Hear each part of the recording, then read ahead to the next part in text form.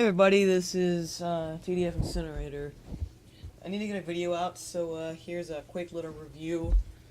This will be pretty short. This review is going to be on SUPERHOT. SUPERHOT is a first-person puzzle game, shooter game. It's kind of hard to describe. Came out in 2016, developed by the aptly named SUPERHOT team, and published by them as well. And was received with a pretty high praise, although it is an indie game, so it didn't really have that much of a reception because it didn't sell that much. Well, at first, so does it hold up? Does it deserve its praise? Or is it a piece of fucking shit? Well, then, let's find out. Well, as far as presentation goes, it's intentionally under-detailed. All the environments are white, and all the enemies are red and polygonal, which means that they're all like jagged edges and shit. All the guns are black and polygonal, which means they're all jagged edges and shit too. And it's intentional art style, and it looks rather good. Though you have to turn the brightness all the way down to even be able to see, because everything's so white. Besides that, though, it's actually a pretty good art style. It looks rather well, especially in contrast with all the fucking brown and gray shit that we're getting nowadays, and have been getting for the past 15 years. As far as the story goes, you play as a person who is sent this file for a brand new revolutionary video game called SUPERHOT. It's apparently been leaked onto the internet earlier than they were going to release it. And anyway, you download the file and you start playing it. A few levels in, a mysterious voice starts talking to you and starts making you do shit. Basically, it makes it where you can't get off of it, and basically it's one of those stories you get sucked into the system and shit. You end up being sucked into the system and end up being forced to bring other people into the system as well. It's a pretty cool story, and it actually works out rather well for the game. As far as the gameplay goes, to describe it, is basically, in a level, enemies spawn in, and then shoot at you, right? Well, here's the catch. Time only moves when you move. So what that means is, if you're not moving, everything's just still. So basically, the entire game is just avoiding bullets that you see coming toward you and shit. It's really cool, too.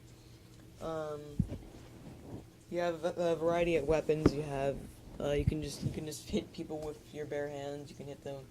You have a katana you can hit them with. You have a baseball bat, as well as a pistol, a shotgun, and a machine gun, which is a M16.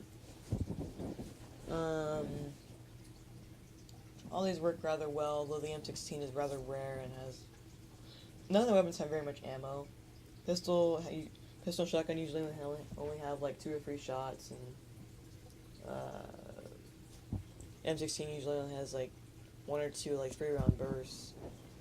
Basically, it's very you have to be very careful with your shots, and everything's it's a difficult puzzle game, really.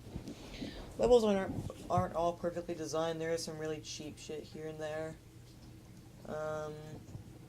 especially towards the end.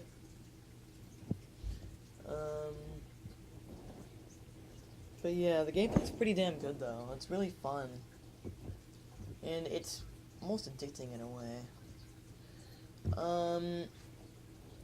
There's one problem. After you beat the game, you unlock a bunch of challenge modes, like beat all the levels in the game with this particular settings or whatever, like no melee or melee only, or invert color, which means everything's red and the enemies are white, rather than the environment being white and the enemies being red. Cool shit like that. You also unlock an endless mode, which basically pits you in one of the levels and has you hold up against endless rounds of enemies. So you're not gonna get too many rounds. It's not like COD zombies or something. You're gonna make it to like round 5 and die.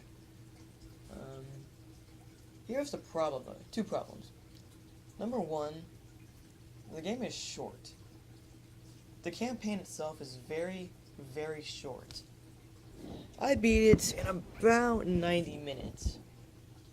That's right, folks. I beat the complete campaign in 90 minutes. And though the challenge modes and endless modes aren't going to hold people over for that long.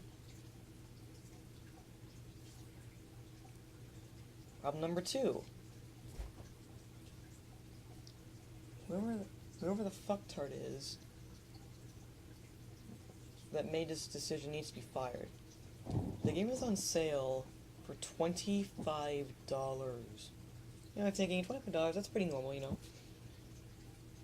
A 90-minute campaign in challenge modes that you really don't want to beat unless you you just conveniently need some gamer score or something because you want to be competitive with the leaderboards or whatever. This game is worth like $5, $10 maybe max. Some fucktard at the fucking SUPERHOT team on the fucking publishing side of the team thought $25. Okay. If you market it for cheaper, more people will buy it, and in turn you make more money, you fucking idiots. Not sell it for more money, and then have less people buy it. You'll make less money that way, I guarantee it. Guarantee it. Anyway, overall, this game's good. I got this game free with Games of Gold, but unless this game's on a sale or something, and it's under $10, I would really. It's a good game and all, but I just couldn't recommend it for $25. Anyway, that's about all I have to say. Remember me next time when hopefully the next game I review is I'm gonna say it's a hidden gem. Anyway, thank you all for watching the video. Make sure to like and subscribe and leave a comment down below on your thoughts. Anyway, this is TDF Incinerator signing out.